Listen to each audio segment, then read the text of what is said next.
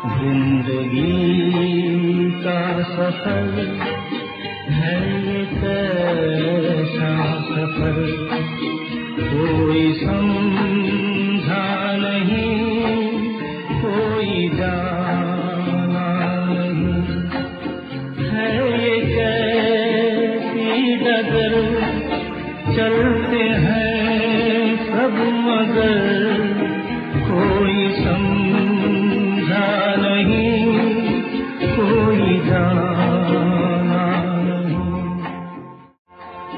जिंदगी का सफर है ये हाय फ्रेंड, नमस्कार। मैं Vinod Rawal world of astrology में आपका स्वागत करता हूँ। आज का हमारा सब्जेक्ट है, आज का हमारा विषय ये है कि भाई पुष्कर नवमुहूर्त। पुष्कर नवमुहूर्त क्या है, क्या रिजल्ट देते, कैसे उसकी गिनती होती है, उसी के बारे में बात करेंगे। मित्रों, सबका कई लोगों का ऐसा मानना है कि भाई पुष्कर नवमुहूर्त यानी शुभ, वो शुभ ही रिजल्ट देता है। नहीं, वो इजी रिजल्ट देता है, लेकिन शुभ देगा वो पॉसिबल नहीं है। नेगेटिव भी दे सकता है, पॉजिटिव भी दे सकता है। पुष्कर का मीनिंग होता है, उसका अर्थ होता है पोषण करना या नीलकमल। जो पोषण कर रहा है वो पुष्कर नवमुहूर्त से तो वो शुभ ही देगा, ऐसा नहीं, वो ग्रहों को पोषण देता है। दूसरी एक बात, पुष्कर नवमुहूर्त सिर्फ एक राशि में उसका परफेक्ट कोई पॉइंट पे ही आता है, यानी कि एक राशि में 2 पुष्कर नवमुहूर्त, यानी टोटल हमारे पास 24 पुष्कर नवमुहूर्त ही है। दूसरी एक बात कि वो कब कैसे रिजल्ट देगा। पुष्कर नवमुहूर्त एक निश्चित नवमुहूर्त है, उसको राशि के अंशों के हिसाब से हमने उसको प्राधान्य दिया है, और कोई उसका मीनिंग नहीं है।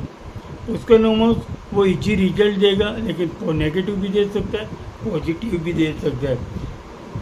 और सबसे ज़्यादा अगर हम इसकी रिजल्ट की बात करें तो वर्गोत्तमी पुष्कर नवमुहूर्त, वो हम बाद में बात करेंगे अभी कैसे होता है वर्गोत्तमी।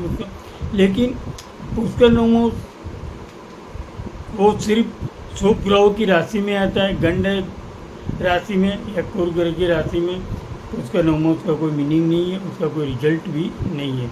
हम फिर बात करेंगे कि भाई कौन सा, तो भाई पुष्कर नवमुहूर्त हम बात करें कहाँ उसका होता है, तो पुष्कर नवमुहूर्त होता है ये फायर। पुष्कर नवमुहूर्त को जो हमने डिवाइड किया है ऋषि मुनियों ने, वो तत्व के हिसाब से है, अग्नि, पृथ्वी, वायु, जल, उसी हिसाब से हमने या ऋषि मुनियों ने उसको अलग अलग किया कि भाई पर्टिकुलर ये पुष्कर नवमुहूर्त है।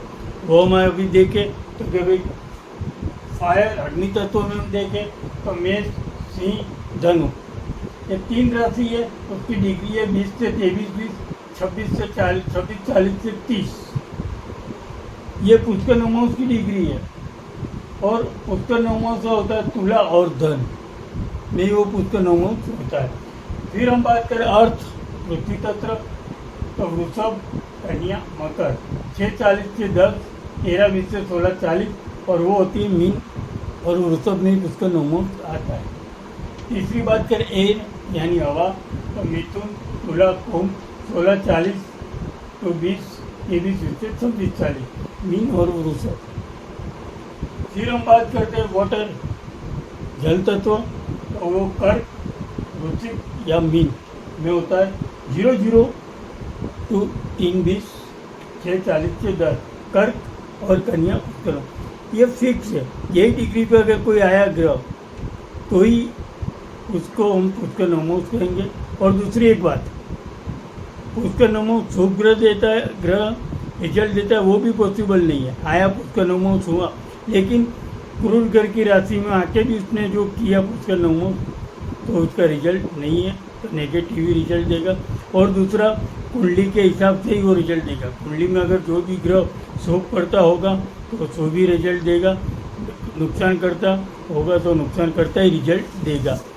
दूसरी एक बात कि भाई कब, ये 24 में से 3 पुष्कर नवमुहूर्त ऐसे जो रिजल्ट दे सकता है, जिसको हम बोलते हैं वर्गोत्तमी। जन्म कुंडली, जन्म राशि के हिसाब से जन्म कुंडली, नवमुहूर्त कुंडली की राशि, और दोनों जो फिक्स हो है शुभ ग्रहों की।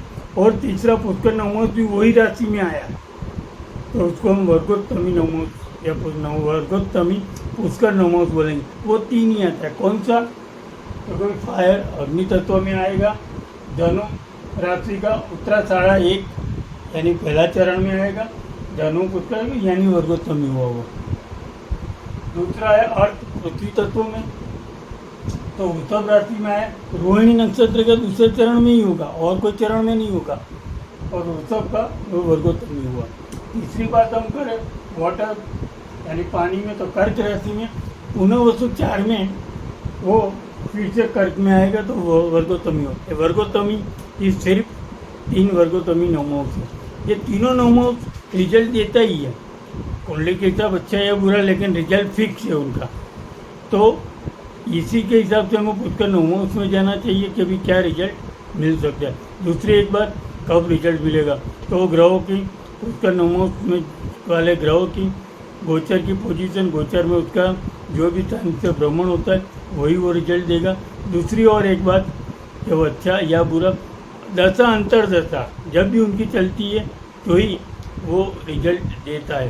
पुष्कर नवमोक्ष अगर जब हम किसी कुंडली के परीक्षण करते हैं तो हमें बहुत ध्यान से पुष्कर नवमोक्ष का भी हमें ध्यान रखना चाहिए कि भी कौन काम करेगा कौन नहीं करेगा, या कुंडली का बल कितना। पुष्कर नवमोक्ष से हम ये भी तय कर सकते हैं कि कुंडली का बल कितना है, और वही बल के हिसाब से हमें परीक्षण करके जातक को धीरे धीरे उसकी पोजीशन में दिखाना चाहिए। फ्रेंड्स, और भी ऐसे बहुत से सारे सब्जेक्ट है कि हम रोज़ एक एक करके आपके सामने रखेंगे। मेरा अनुभव 38 साल यानी 38 साल का जो एक्सपीरियंस है वही मैं आपके सामने रख रहा हूँ। अगर आपने मेरी चैनल को अभी भी सब्सक्राइब नहीं किया है तो प्लीज़ सब्सक्राइब कीजिए, लाइक कीजिए। Thank you very much. और एक बात, अगर किसी दोस्तों को एडवांस एस्ट्रोलॉजी प्रैक्टिकल के भी एक टाइम में 4 ग्रह कैसे एनालिसिस करें, कौन रिजल्ट देगा, ये चारों में से किसको महत्व दे, एक वो है, फिर क्रांति साम्य है, फिर चरणात्मक भेद है। ऐसा कोई भी सब्जेक्ट में अगर सीखने की इच्छा होए या जानने की इच्छा हो तो डायरेक्ट मेरा कांटेक्ट कर सकते हैं। मैं ऑनलाइन ऑफलाइन भी मिल सकता हूँ। ऑफलाइन सिर्फ मैं अहमदाबाद मिल सकता हूँ। तो दोस्तों थैंक यू वेरी मच। फिर कल परसों मिलेंगे। आओ जो, जय श्री कृष्ण।